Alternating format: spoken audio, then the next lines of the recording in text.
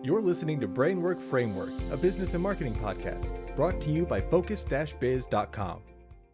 The podcast show that gets inside the mind and brain of entrepreneurs, business owners, and marketers to talk about all things business and marketing. What happens when we turn that inside out and take a look at the brain itself? Our special guest today is Toby Pasman, a board-certified neurophysiology researcher. He is a neurophysiologist at Neuroflex, and they apply cutting-edge neuroscience to help executives and entrepreneurs optimize their productivity and minimize distraction. We're going to talk about functioning of the brain to help you reach your peak potential, as well as neurofeedback, brain mapping, neuroplasticity, brain healthy nutrition, and nootropics. Toby, thanks so much for being here. How are you? Chris, I'm good. You nailed all those words, so you're already off to a good start. That's fantastic. I love it. So Toby, tell me a bit about your history, your work experience, your life experience that brought you into what you're doing today. Definitely. So I kind of growing up, definitely experienced some mental health issues amongst family members that really kind of just made me realize just the importance or how devastating certain mental health issues when left running amok that can really cause quite a lot of devastation. I had a family member take their own life due to depression and alcoholism at a young age. So from an early point, I always knew the importance of mental health treatment and also of being aware that a lot of the commonly used methodologies to treat mental health disorders, such as talk therapy and SSRI antidepressants, definitely help some people, but there are quite a lot of people that just do not find that it really gets to the root of the issue. So really, I set out on a quest for the past decade or so of really trying to understand what is going on in the brain on a biological level that is driving people's mental health issues, that's driving their ability to perform at peak levels, because it's all the biology of our brain. We can measure that based on the chemicals along with electricity. So there's the neurochemicals, the different dopamine, serotonin, there's different neurotransmitters everyone knows about. And then a little lesser talked about is the brain waves. But the brain waves are really the biological drivers that create all of our thoughts, emotions, behaviors, and cognitive abilities. So I started working at a research lab back in college where we were actually analyzing and measuring people's brain waves. And I really just became fascinated that we could actually quantify someone's brain activity with one of these swim cap devices called an EEG. So I really just did a deep dive and from there started working at different peak performance centers, substance abuse rehabs, as well as mental health clinics, working with people from all walks of life, going through their own transformations with brain mapping, neurofeedback training. So that's just a little primer for just kind of what initially brought me into this and just what's transpired over my career, I guess. Absolutely. And obviously, I'm very sorry to hear about the situation that kind of led you into this, but it seems like it's rooted in a deep passion and longing for understanding about what's actually happening.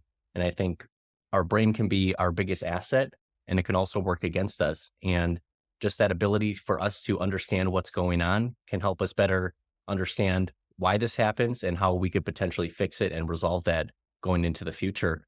So when you're looking at the brain, is that kind of the brain mapping behind it? What goes into that? Exactly. So there's a famous psychiatrist, Dr. Daniel Amen, who says, he has this quote that psychiatry is the only medical profession that doesn't actually examine the organ in which they're treating. Think about that for a sec. If you have an issue with your heart, you're going to go to a cardiologist, they're going to do an EKG where they slap on electrodes and they're measuring your heart rhythms and they're looking at objective scientific evidence to evaluate the functioning of your heart. Whereas psychiatry is still operating based on these very outdated notions of people coming in, reporting the symptoms they're experiencing, being given a diagnosis, and then thrown via medication. The key for me is everyone has a very unique neurophysiology, and how each person's brain is operating really drives their ability to either be happy, healthy, and wealthy, or if they experience issues. Those issues are rooted in brain chemistry, and the brain mapping, as you alluded to, we can actually evaluate multiple areas of the brain to see if someone's brainwave activity is either too low too high, or in the optimal range. So similar to if you were to go get some lab work done, right? And they're going to measure your vitamins, your hormones, all the different important lab measures. So you could either have a deficiency that's going to cause issues, right? If you don't have enough of whatever hormone or vitamin, you could also have a toxicity in the case if you were, say, taking a lot of extra vitamin B12 or something, you could build up to a toxic level. So you could have too low levels, you could have too high levels. And then there's also the quote unquote normative range.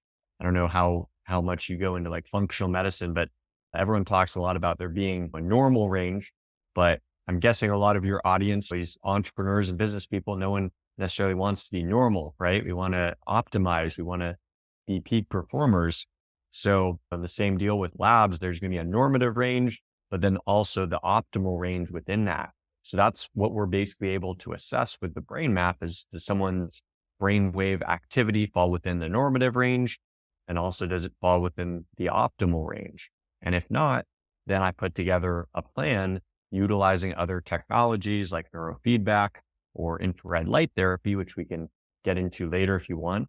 But these technologies that basically help rewire the brain, it helps increase levels or decrease levels of certain brain waves to basically help the brain communicate better and run more efficiently on a biological level.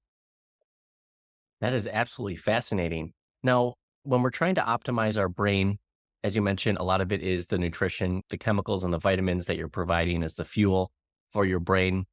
Are there exercises that can be done? How can someone on their own kind of dip their toes into improving their brain function by themselves first? And then once they hit that part, come to Neuroflex to even Right. take it to that next level. Right. And the thing is, a lot of the laying the foundation for good brain health is either free or at least very inexpensive. I'm talking about things like just like getting sufficient sunlight exposure in the morning. And I'm blessed to be living in South Florida right now. I grew up in Oregon, so I never had this luxury most of the year. But nowadays I wake up, get my morning sunlight. That is amazing for just increasing the production of serotonin, a really important neurotransmitter for our mood, as well as dopamine, which plays a big role in our reward motivation, as well as pleasure and reward seeking behavior. So that's a great initial way just to start the day. But then eating a low inflammatory diet, something that's usually high in good, healthy fats. For a long time, fat has been demonized as the enemy, even though in reality, there's good fats and there's bad fats. And the brain actually runs really well on a diet high in good, healthy fats, because the brain actually is composed about 65 to 70% of fat. So feeding the brain things like coconut oil, avocados, coconut milk, all of these healthy fats, eggs, all these things are really brain foods. So laying down the nutrition, getting your sunlight, I would say also just sleep is so important just for building the foundations of good brain health. So things like not eating close to bed, wearing your blue blocking glasses, or at least having night mode turned on your phone or computer, because whenever blue light hits our eyes, blue light from the device, it blocks our production of melatonin, even for several hours after just a few seconds of blue light exposure. Meaning, if you're on your tablet 7 p.m., 8 p.m. in the evening, you could actually be tanking your melatonin levels hours into the night. So things such as that, just to lay the foundations for good brain health. And then, of course, adding in exercise. Exercise is great for the brain and the body, but there's different types of exercise that has been found to be particularly beneficial for increasing levels of what's called brain-derived neurotrophic factor, or BDNF. So specifically, they found that high intensity interval training, where we go really, really hard, whether that's sprinting or lifting, something where it's like a very strong stimulus, that really creates this surge in this brain protein that basically helps create new neurons and new connections amongst those cells. So I'm a big fan of things like sprinting or high intensity weightlifting. I think are really, really great for the brain. And then there's also really good benefits associated with cardio exercise. So really different exercise has different brain benefits, but in general, You're going to get a lot of increased blood flow and oxygen, decreased neural inflammation, better sleep. The benefits of exercise are well documented at this point, but for your brain performance as well. So really hitting all those foundational things, the nutrition, the sleep, exercise, sunlight exposure, see if they're missing anything. Those are usually the foundational elements. And then also just talking about like, what are people doing, or what are people eating that they should not be eating? So a lot of times when it comes to people wanting to optimize their brain health, it's, oh, what nootropics should I take? What else can I like put into my body? And that's great. I mean, I'm all for that. But I think first step is oftentimes, what are you ingesting that's actually limiting your performance? Things like alcohol, if you're consuming a lot of alcohol or sugar, processed foods, for people who are sensitive, dairy or gluten, really for everyone causes a low level of inflammation. For some people, it causes more inflammation than others. But in general, I think a lot of people will notice a lot of enhanced mental clarity, better mood, reduced stress, better stress management when they cut out things like dairy and gluten from their diet. So oftentimes it's, what are people doing right now that is actually taking away from their healthy brain performance, their healthy brain function? So taking those things away and then adding in the really beneficial things like the healthy fats, sunlight exposure, all of that stuff to enhance the brain as well. All great tips and tricks there to help us level up our performance here and make the most out of our brain and our mind. How much sunlight exposure are we talking about here? Is this 5 to 15 minutes?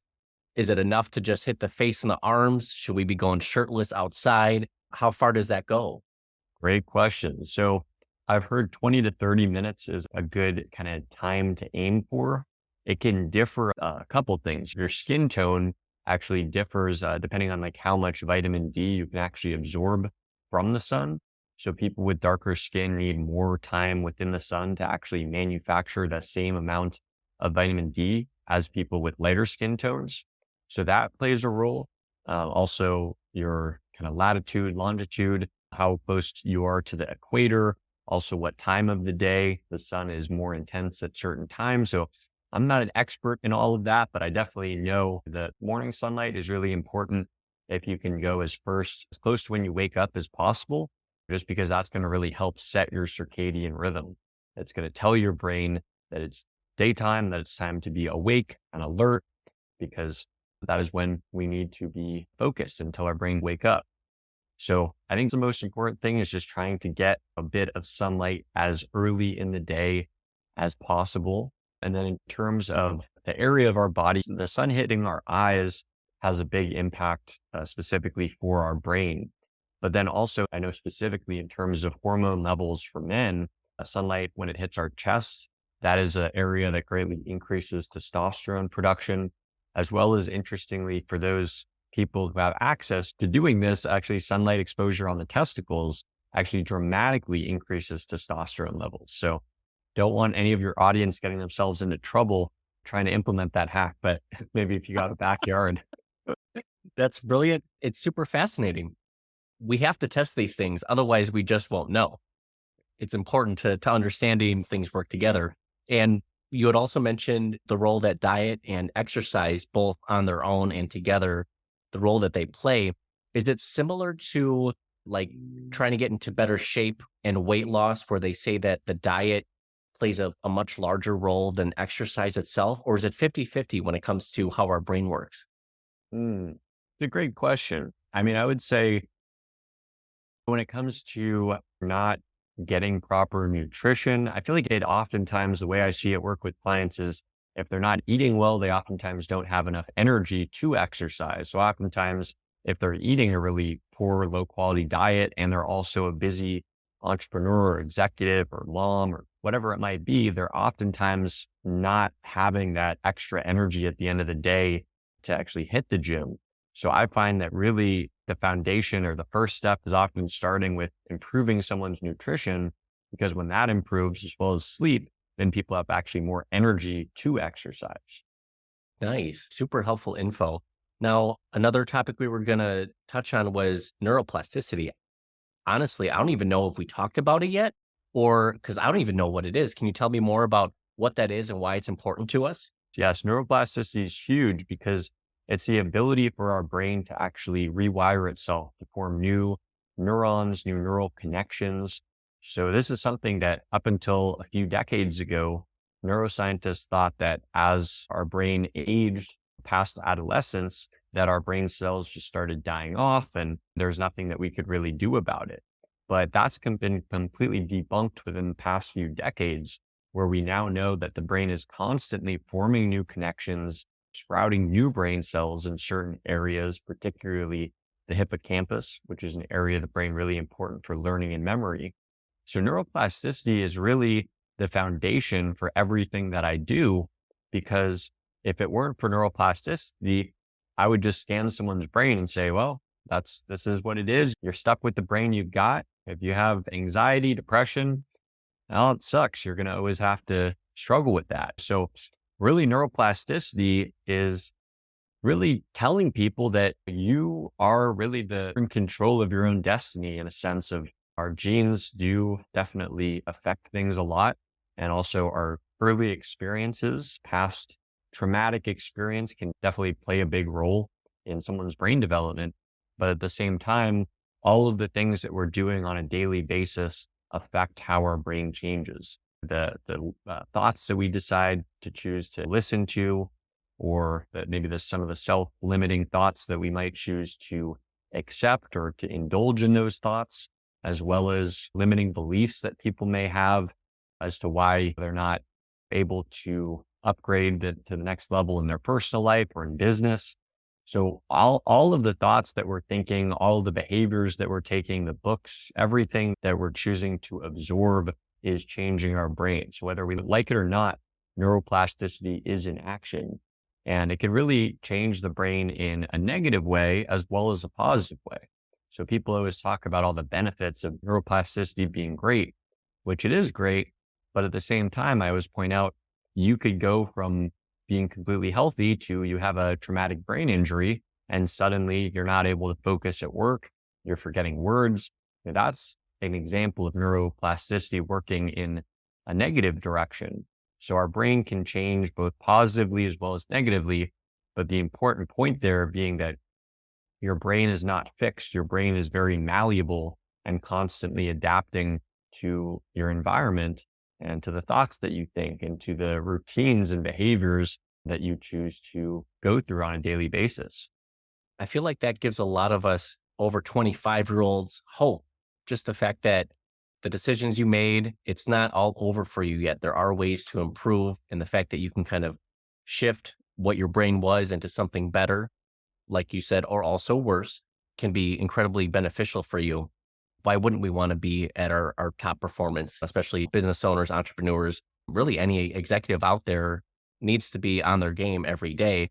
And if you're struggling with that, people not being able to find words, put sentences together, make decisions, put a plan together, it can be a challenge for them. With all the brains that you've looked into, are all brains have a lot of commonalities together, or is each brain so uniquely different, like a fingerprint, that it's more individualized for each approach that you take? That is a great question. There's certain different signatures for different brain states, different conditions. For instance, with attention deficit disorder, a very common pattern is seeing the overproduction of a slower brainwave called theta. So theta is a kind of a almost daydreamy, drowsy sort of brainwave associated with inattention. So people with ADHD, they're the ones kind of in the back of class, drifting off or doodling and not paying any attention to what the teacher is saying. They have this overproduction of theta brainwaves very commonly in the frontal lobes, particularly the prefrontal cortex that sits right behind our forehead. And they have a deficiency of beta, which is one of the faster brainwaves that allows us to really have peak focus and concentration. So that's a very common signature of ADHD, but at the same time, there's many different subtypes. So for certain people, the issues could actually lie more so in the temporal lobes that sit right above and behind the ears. For other people, their ADHD may be linked more to parietal lobe issues towards the back of the brain. So that's why, again, two people reporting pretty much the same symptoms could have issues with very different areas of their brain, which is going to then cause the appropriate treatment to actually be very different. And just another perfect illustration of why it's so important to start with a brain scan so that you actually know which areas of someone's brain needs to be trained. All of us are going to have different kind of brainwave signatures, and what might work well for one person, for instance, that individual with ADHD, they might do really well increasing their levels of beta waves in the frontal lobes if they're deficient. Whereas oftentimes people with anxiety or PTSD or who struggle with insomnia, they often have an overproduction of a specific type of beta brainwave. So for them, actually that same protocol that we might use for someone with ADHD, that could potentially actually make someone else's symptoms worse. So really it's all about measuring to know what someone needs and then actually being able to cater the protocol directly to each person's brain, because it's always going to be a lot different. Wow, that's super fascinating. Just the evolution of medical field science as time goes on. We're kind of working with the best information that we have at the time. And as years go on, we learn a bit more, and a lot of those best practices become debunked that were put in place. Is there anything in your field right now that you feel touted as science in the next decade or two will actually become debunked or shift the way that they look at that, treat it? I really do think that just the commonly prescribed psychiatric medications that have been in play for so long, I think society's drifting away from that. People are waking up to all of the really harmful side effects and the dependency that often is caused by these medications. And people are looking for alternatives. People are really shifting a lot towards meditation and yoga. A lot of people know the benefits of that, both for their own mental health, but also employers such as Google and Facebook. They even have dedicated meditation pods because they know that's going to improve people's morale as well as their productivity to practice meditation. So I think we're seeing those changes. And then obviously my space with neurofeedback and brain mapping, that whole sphere. And then I'd also say psychedelics. People are realizing that they can use these sometimes natural, sometimes synthetic compounds, but that need to only be taken one time or a few times rather than someone having to medicate every single day with traditional psychiatric medication. So I think people have gotten fed up with how psychiatry and how mental health has been treated for so long. And people are waking up to the fact that there's all of these alternative modalities. I hate to even say the word alternative because in reality, that in my opinion, these should be accepted as the mainstream, right? I mean, neurofeedback is a technology that has decades of research. People going back since the 1970s, neurofeedback's been successfully used for conditions ranging from ADHD to PTSD to insomnia, traumatic brain injury. But most people, I'm guessing prior to recording this, had you ever heard about brain mapping or neurofeedback? No. Exactly. So that proves my point exactly, that most people, that's the problem, is that these technologies have been out there, right? Isn't it crazy that this is something that's been studied for the past 50 years successfully, that we can utilize it for all these different conditions as well as to enhance peak performance? The military uses neurofeedback. There's professional sports teams. Tony Robbins, I just posted about that. Tony Robbins credits neurofeedback to helping improving his multitasking ability. Tom Brady has used it. The NFL quarterback Kirk Cousins recently got featured in this Netflix documentary talking about he's been doing neurofeedback for the past 10 years. So there's all of these people that are starting to speak up more about the beneficial effects they've experienced with neurofeedback. And I'm aiming to help bring these technologies more to the mainstream. But I think to answer your question, and I think people are starting to wake up to the problems and inefficacies of these commonly prescribed medications and talk therapy. Not to say anything's wrong with speaking to a therapist, but oftentimes they say 95% of our thought is unconscious. And therapy, when we're talking to someone, is really only working on the brain on a conscious level. So things like psychedelics or also work on the unconscious, since neurofeedback provides real-time feedback of someone's brainwave activity within 100 milliseconds. So that's actually quicker than our conscious mind can even process information. So it's very much kind of going to the very deep biological root of these different issues. So yeah, I think people are definitely waking up to the realities of the situation and looking for better and more effective options for their issues. It's a very exciting time for people to be a bit more open-minded, no pun intended, to these quote unquote alternatives where people are just thinking, okay, maybe there's something better out there. Maybe we don't have the full understanding. And I think a lot of people are realizing that a lot of the pharmaceuticals that are out there mainly treat the underlying symptom and not that problem itself, what caused it, and how do we make that better.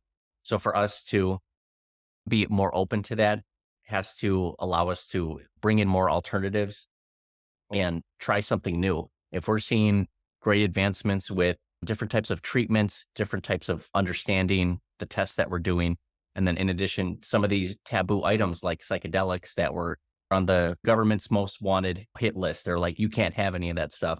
And then we start to look at maybe I do want a little part of that. Like that all sounds super fascinating. And for us to unlock that, it's unlimited growth from there. I agree. And it's something that I feel like already in business and creative entrepreneurs and innovators have already been utilizing psychedelics. Like Steve Jobs is really famous for, saying that his LSD experiences were some of the most impactful experiences of his life. Maybe we wouldn't even be having the iPhone and Mac in front of us today if it weren't for some of those psychedelics. I don't know if it would go that far, but point being that a lot of innovators have credited psychedelics to coming up with out of the box solutions to problems. I think that's a big part of being an innovative entrepreneur or business person, is being able to, instead of just seeing the same solutions that everyone else is seeing, it's being able to take a bird's eye view of the entire situation and think divergently about all of the different possible ideas and creative solutions that could actually be better than the status quo. So it makes a lot of sense to me why business leaders and innovators have used psychedelics and why they continue to use psychedelics. Because with microdosing, everyone's talking about microdosing now, from my understanding, really ramped up with people microdosing LSD within Silicon Valley. So all of these techies in Silicon Valley were finding that they could replace their Adderall with microdoses of acid. They were noticing that same kind of increased focus and productivity, motivation, but then also some of the enhanced creativity without some of the downsides and crash that you get from Adderall. So psychedelics and business have a very strong, long history of the relationship. Wow. And I'm sure it's something that really can't even be fully understood just yet, because with it being on the high list of scheduled 1, 2, 3 drugs that you're not allowed to partake in, you're not supposed to be able to find them. You can't research that then. It's difficult to understand. Are there certain things that you notice from a chemical standpoint, from a science standpoint of the psychedelics? Is it increasing anything, decreasing anything that actually you can say definitively, this is why the psychedelics are working in this way? Is it increasing, decreasing the beta waves, theta waves? I've interviewed several psychedelic researchers on my podcast, and those are always some of the most fascinating conversations because I really try to pick their brains and try to understand the best I can. But these are very complex chemicals that oftentimes we're still trying to understand, or these researchers are still trying to understand the full mechanism of how they're actually resulting in these consciousness altering effects, when a basic question of what even produces consciousness is something that neuroscientists don't even agree upon. We're still trying to find out that underlying issue. So there are some mechanisms we know that psychedelics work primarily, like classic psychedelics such as LSD, psilocybin, DMT, all of these, ayahuasca, they all work on their serotonin, what's called the 5-HT2A receptor. So it's a specific type of serotonin receptor. We know that serotonin has a great influence over our mood as well as appetite. There's a lot of serotonin receptors within our gut as well as within the immune system.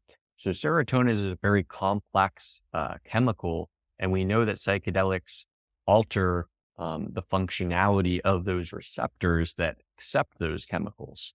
So there's a lot of confusion out there as far as what psychedelics, if they're specifically increasing or decreasing the production of certain brain chemicals.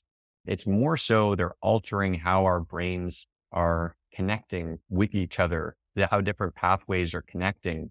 And really, in a large part, psychedelics increase neuroplasticity, the brain's ability to form those new neural connections, those new pathways. So really by enhancing the brain's ability for different networks to communicate. I don't know if you've seen, there's a great side-by-side picture that we could put in the show notes where it's someone's baseline brain scan. It wasn't utilizing the type of brain maps that I do, but a similar type of brain scan where they show someone's brain connectivity at baseline. And it's just pretty normal. There's a few lines showing the connections. And then right next to it, there's someone's brain connectivity on psilocybin. And there's lines going every which direction, basically to illustrate the point that psychedelics such as psilocybin are greatly increasing neural connectivity between different areas of the brain that are normally not communicating. So what comes up on the brain waves is oftentimes very different. I've measured just kind of not necessarily for research, but just for fun with some friends to see what's happened. I've measured the effects of a variety of different substances, such as MDMA, psilocybin, what else, ketamine, all of these things, and observed a lot of different effects. So I don't think the brainwaves are necessarily the best predictors or best way to understand the effects of psychedelics. I would say that it's mainly causing these new neural connections to sprout up, causing the brain to connect in different ways. And then also there's certain networks in the brain that psychedelics alter, such as the default mode network, which basically forms our sense of self. So that's like the stories that we tell ourselves, the repetitive thoughts that we're thinking on a daily basis, like, what is this person thinking of me? That's what that network in the brain is really responsible for. And psychedelics really quiet down that network. They basically decrease blood flow to the default mode network, which often results in people feeling this greater connectivity to people around them, to the nature and to the world around them, because it's that kind of judgmental self that's sort of falling away, and people are experiencing this more like pure connection or pure consciousness rather than the kind of ego that we think of. Not to say the ego is bad. The ego drives us to wake up each day and provide for our families and to build cities and do amazing things in business. So I'm not against the ego in any way, but psychedelics definitely quiet that network in the brain down. So you're telling me that all these drugs out there are not like an egg in a frying pan that I saw in that commercial that one time. And they said, "This is your brain on drugs. Any questions?" And I didn't have any questions at that time, but after hearing about the benefits, I have a lot more questions. I want to learn more. Like, this is absolutely fascinating. What I would say about like psychedelics, it's almost the opposite of that egg in the frying pan. Like almost like you can actually help your brain grow new neurons and new connections through the intentional use of psychedelic compounds. So it's almost that opposite of what is being or what used to be portrayed of like of drugs killing brain cells. Now, there are good drugs and there are bad drugs. I worked at a substance abuse rehab clinic for a couple of years, learning a lot of this neurotherapy stuff that I currently do now, and definitely saw the devastating effects of things like meth and heroin and cocaine. Drugs of abuse, they tend to all work on the dopamine system within the brain. So really anything that we can get addicted to is acting on dopamine. So whether that's sex, whether that's food, gambling, alcohol, drugs, all of these things are causing a flood of dopamine within the brain. And dopamine is that neurotransmitter associated with the reward and pleasure and craving. The more that our brain is constantly trying to get more and more hits of dopamine. So that's why people can get kind of stuck down these rabbit holes of addiction and oftentimes end up addicted to multiple different things. People are addicted to their phones. They're addicted to social media. They're addicted to a lot of different things. Whereas these other psychedelic drugs, some of them work on dopamine a little bit, but a lot of these compounds are more so working on serotonin, or some other atypical psychedelics such as ketamine, which is really commonly being used now. We're seeing like ketamine therapy clinics pop up all over the country because ketamine is the only completely legal psychedelic, at least within the United States right now. So ketamine works on a different neurotransmitter system called glutamate. But really, when it comes to understanding the effects of drugs or just different behavior in general, things that are going to greatly increase dopamine within the brain are generally going to lead to dependence and addiction. When we can target other neurotransmitters with other drugs, like you can't name one drug or one behavior that people get addicted to that's not directly jacking up their dopamine levels. That's how people get sucked into all of the bad habits, bad behaviors. It's all of them, their brains getting hijacked by dopamine. There's complexity to it. There's definitely good drugs and there's bad drugs, but to think that just putting any sort of chemical within our brain is necessarily bad, I think is definitely an outdated notion. Oh, absolutely. Now, when it comes to kind of the traditional work style, the work schedule, 9 to 5, 5 days a week, I'm sure there's executives out there, leaders who are putting in a lot more hours, maybe 10 to 12 hours per day. Is there any benefit? Is this the way that we should be working our brains, or should we be working in smaller spurts of productivity versus when you kind of get into the zone and you're just super focused for 6 hours? Should you keep going or should you give yourself a break? Are there ways to optimize our workday using our brain? So this goes a lot into talking about flow states. So I'm not sure if you're familiar with like the work of Stephen Kotler. He's a neuroscientist and psychologist, I believe. He's a researcher, and he wrote an amazing book that I highly recommend everyone go check out. It's honestly one of my favorite books. It's called The Rise of Superman. And it's all about extreme sports athletes and them getting into flow states. So he didn't invent the notion of flow. That was a Russian psychologist back in the 1970s, I believe. But Stephen Kotler reintroduced the concept of flow to modern society in a lot of ways by studying the extreme sports athletes who basically, if you're a big wave surfer and you're not completely immersed in the present moment, if you're thinking about what you're going to have for lunch after you finish surfing, or the girl that didn't call you back, you could be dead right there. Like the difference between entering into a flow state, which is where we're completely immersed in the activity that we're doing, versus our typical kind of mental chatter, mind thinking about 10 different things at once. There's a big difference there. So it's not just extreme sports athletes that enter into flow. There's actually since been a lot of research as far as with flow states and creativity, as well as productivity within the workforce.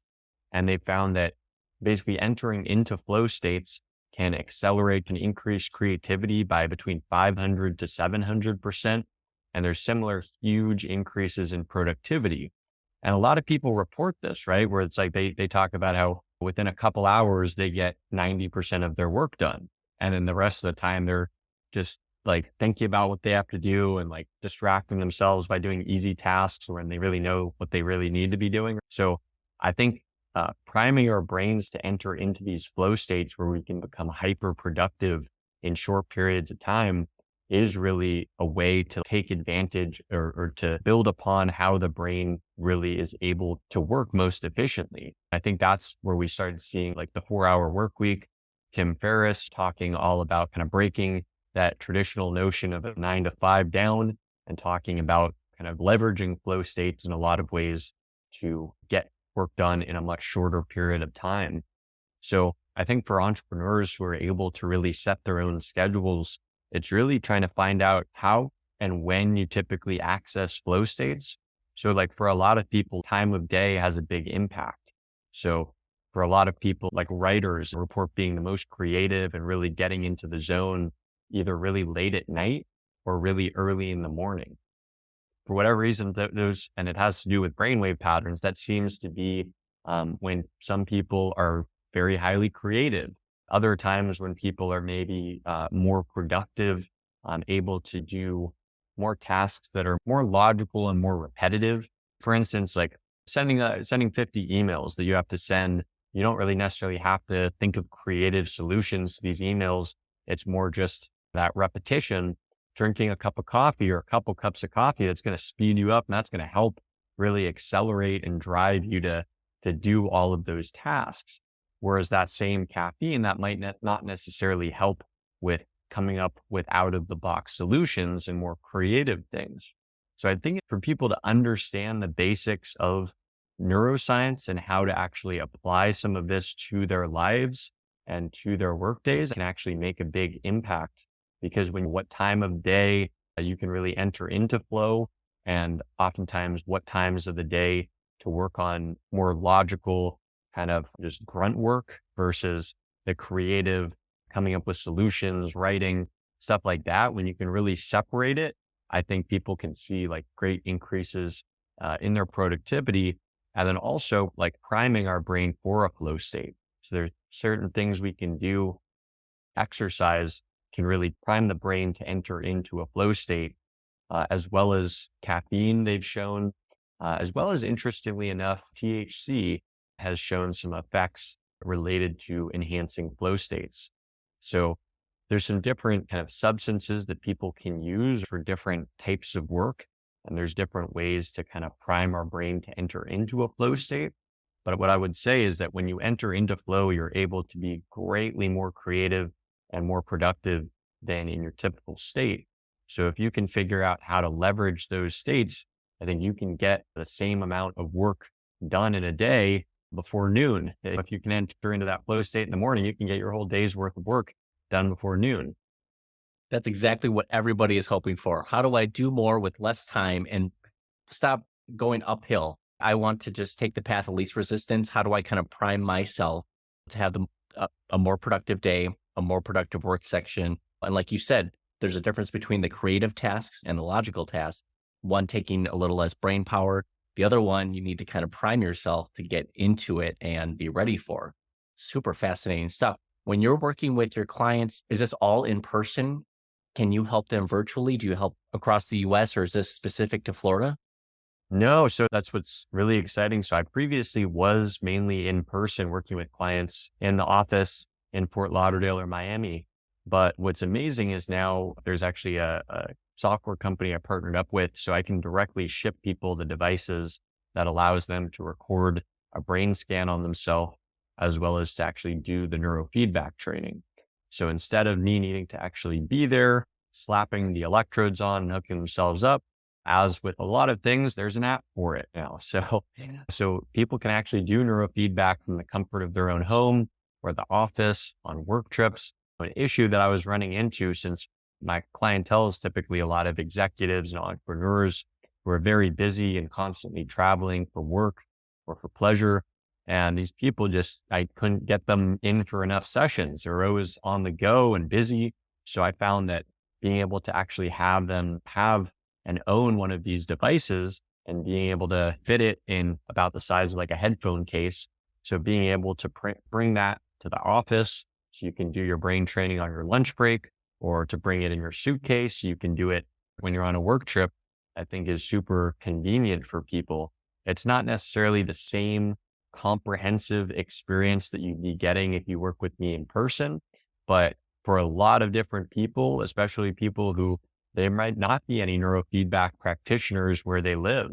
As I've kind of grown my audience, I've started to get people reach out from places like Barbados, where, from my understanding, talking to a couple people there, there's really no neurofeedback options available. So with what I'm able to do now of really being able to go nationwide, if not really worldwide, we can really get these technologies into the hands of more people who can really benefit from them, who, as going back to the point earlier, who don't even know that they exist. Absolutely. And how long is the analysis period? Are you looking just for the working hours? Are you looking for the leisure time? Is this an all-day thing while they're sleeping as well?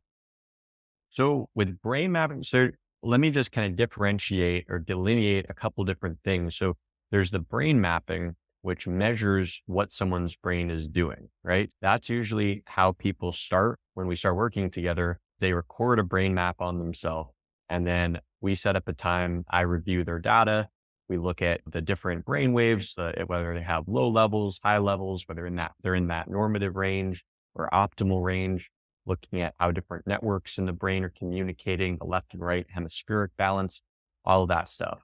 But then after someone's recorded a brain map, then they have some goal. They're looking to optimize their productivity or to minimize distraction or to handle high pressure, high stress situations better.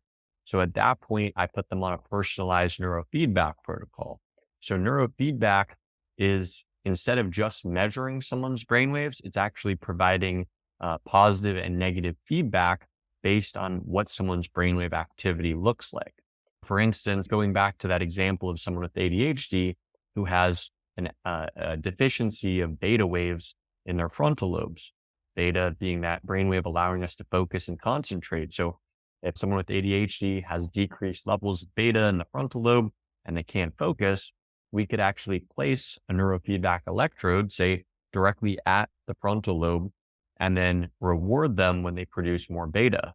So how that looks is basically someone's playing kind of a video game with their mind, in the sense that when their brain is producing those healthy rhythms, for instance, getting into that beta brainwave pattern in this instance, then their video game character is going to accelerate. It's going to run faster. Their spaceship's going to fly higher and the volume is going to get louder. So it's providing the brain real-time feedback within like 100 milliseconds. So quicker than our conscious mind can even process information. It's telling the brain when it's doing well versus when it needs to self-adjust. So when your brain gets out of that healthy brainwave pattern, then the rocket ship and spaceship might start flying lower. The audio is getting quiet.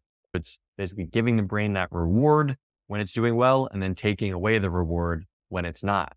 So neurofeedback is the main training tool based on someone's brain map as well as their, cognitive performance goals. I put together the neurofeedback protocol to help them not only just measure, but also train and optimize their brainwave activity. And then the brain map is basically used every so often as a tool to track progress. I know all the business people, they love the data, having a data-driven process, right? With a lot of different, say meditation, even though it's great, it relies solely on subjective experience, right? If you feel, more relaxed meditating for the last few weeks, you feel, and it's all about the feeling. Whereas what I love with the brain mapping is we can actually directly show people as the result of doing the neurofeedback, okay, here's what your brain map looked like when you started off working with us. And then here's your brain map now after doing a month of neurofeedback training. So you actually having that direct side-by-side comparison of that objective scientific data to show how their brain is actually changing. To me, that's the coolest part of what I do.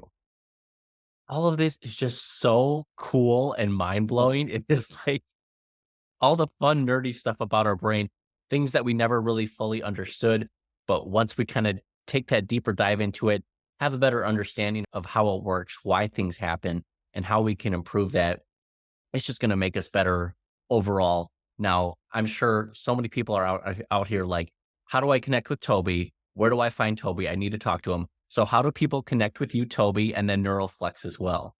Yes. So I'd be happy if anyone wants to reach out and ask any questions or continue the conversation. You can shoot me a DM on Instagram. I'm pretty active there. Neuroflex is the tag. You can also shoot me an email, toby@neuroflex.tech, or check out the website, www.neuroflex.tech. But yeah, I would say for all people who are really looking for that performance maximization, maybe they're dealing with anxiety, depression, insomnia, past traumas, things that are taking away from their current mental performance, and they know that they're not performing to their highest levels or what they know they're capable of in their personal lives or professional lives.